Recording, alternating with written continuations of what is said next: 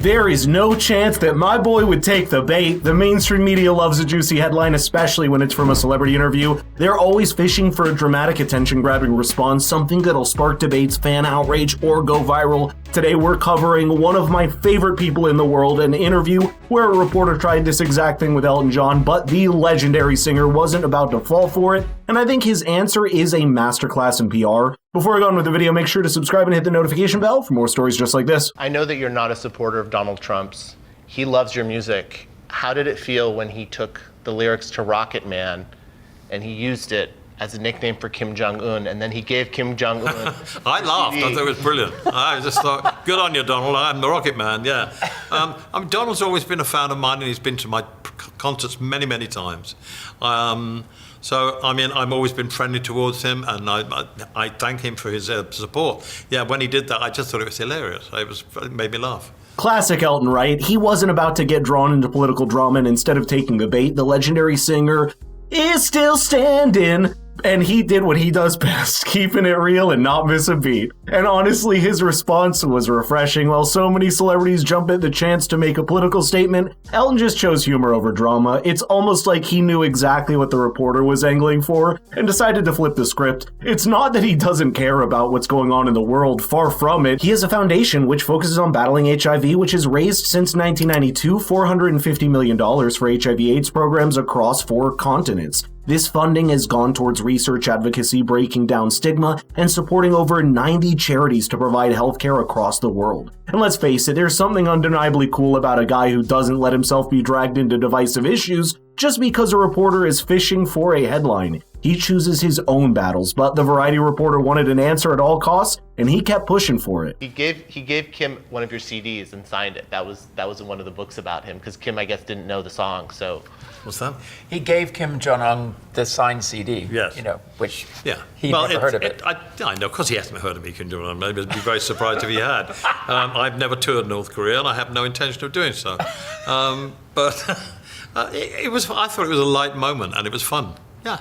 This persistence felt almost like an attempt to drag Elton into a more controversial or politically charged statement, hoping that he'd break his cool and say something headline-worthy. The reporter's insistence shows a common trend in the media nowadays, trying to push celebrities to make polarizing statements that stir up clicks, views, and shares. And by the way, why can he not just ask him about one of his many, many amazing songs? But on Elton's side, I think this was just good PR, and it was him sticking to his guns, choosing not to play into the media's petty game. After all, people don't come to Elton for his political takes, they come to enjoy his music and personality. His response was a reminder that humor and neutrality can speak volumes. Oh, and he's a longtime acquaintance of Trump, because back in 2013, Trump posted a photo of them both on Instagram, with the caption reading, quote, "Throwback to taking piano lessons from my friend Elton John." Naturally, people were quick to notice this moment from the interview, and a lot of people commented on it. Let's start with Russell Brand, because I think he makes a valid point. This is the answer to the question that they want from Elton John. Well, I think it's actually pretty disgusting, because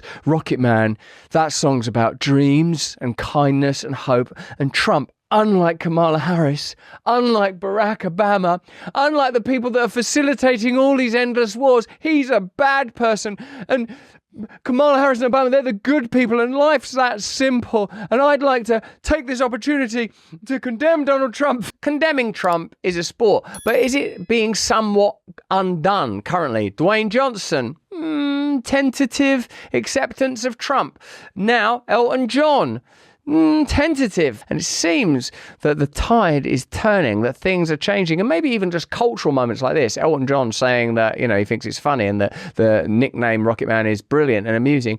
These are indicators of the kind of, is it the quashing of the taboo around Trump? That's true, but we're a long way from getting there, especially since a lot of celebrities endorsed a political candidate during this election. But the thing is, they've seen the backfire this time, so it's safe to assume that for the upcoming cycles, things will be much different. I've noticed you haven't liked the video or subscribed to the channel yet, by the way, so what are you waiting for? Anyway, when half the country sees you as taking sides, you're basically alienating half your audience. For a celebrity, especially one whose brand relies on universal appeal, that is a risky move, and we all know that that is the entertainment industry. Your brand is everything. It drives movie deals, commercials, and endorsement deals in addition to ticket sales. Sure, some actors and musicians jump into the political fray without hesitation, but I think we'll be seeing a shift where others will choose a more cautious approach. The main thing is when fans watch their favorite stars, they're looking for an escape, not a lecture, and these fans can come from any background and any political view and still enjoy the experience without feeling like it's been tainted by a divisive message. Kinsey Schofield had a similar take as she went on Sky News Australia to discuss Elton's situation. How disappointing is it when we find out that the Foo Fighters are threatening to sue, or that Celine Dion is offended by the fact that Donald Trump, is playing her music at his rally? People of all different faiths, of all different political backgrounds, love music. And the fact that Celine Dion is cutting off an entire group of people now and offending this entire group of people now by criticizing Trump and not allowing him to play her music. So Elton John, I'm going to go buy more of your albums now. I'm going to go buy an Elton John t-shirt, and I'm going to thoroughly enjoy Elton John's music now, knowing that he's not playing the hate game. This might have flown under the radar for you, but the Foo Fighters tried to make a fuss about the Trump campaign using the song My Hero during the Arizona rally when RFK Jr. appeared to announce his endorsement of Trump and his dropping out of the race. Foo Fighters even posted a screenshot of an interaction with a fan on X who was asking if the campaign had their permission to use their music, and which they replied no. But a spokesman of the Trump campaign later came out and said that they had license to play the song, and The Independent ran an article which said they, quote, "The Independent has seen documents appearing to confirm that the campaign had indeed licensed the song from BMI's Songview service." We saw similar instances happen with Beyonce and Celine Dion as well,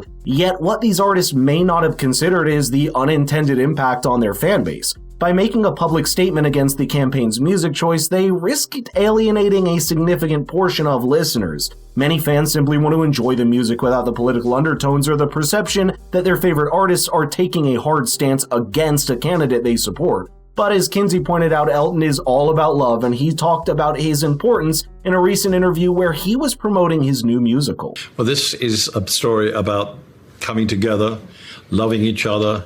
It's the opposite of the hatred that's been spilled for several years now by several politicians. Negativity we're surrounded by negativity. This is all about coming together, forgiveness and love. And I believe, honestly, that there's more of that in the world than there is from the other stuff. We always hear about the negative, horrible stuff because it causes headlines. But the dark horses, the sleepers, are the people that actually are really good. And I believe there's more good than evil, and there's a lot of evil around at the moment. That is spot on. Elton's focus on love as a counter to hate is much needed, especially when divisive language seems to dominate most of the conversations that we're having. It feels like every time we turn on the news or check our social media feeds, we're hit with wave after wave of negativity. Politics and the media seem almost obsessed with focusing on the worst aspects of every story. If it's not a scandal, it's a crisis. If not a crisis, it's someone pitted against someone else. Negativity has become the lifeblood of modern media, with outrage and fear driving engagement and clicks, and sure, bad news grabs attention, but constantly living in that atmosphere can leave us feeling drained, distressed, and divided. I'd love to know your thoughts on this, so let's get the conversation rolling in the comments down below. And by the way, if you want your friends to be as informed as you are, please share this video with them.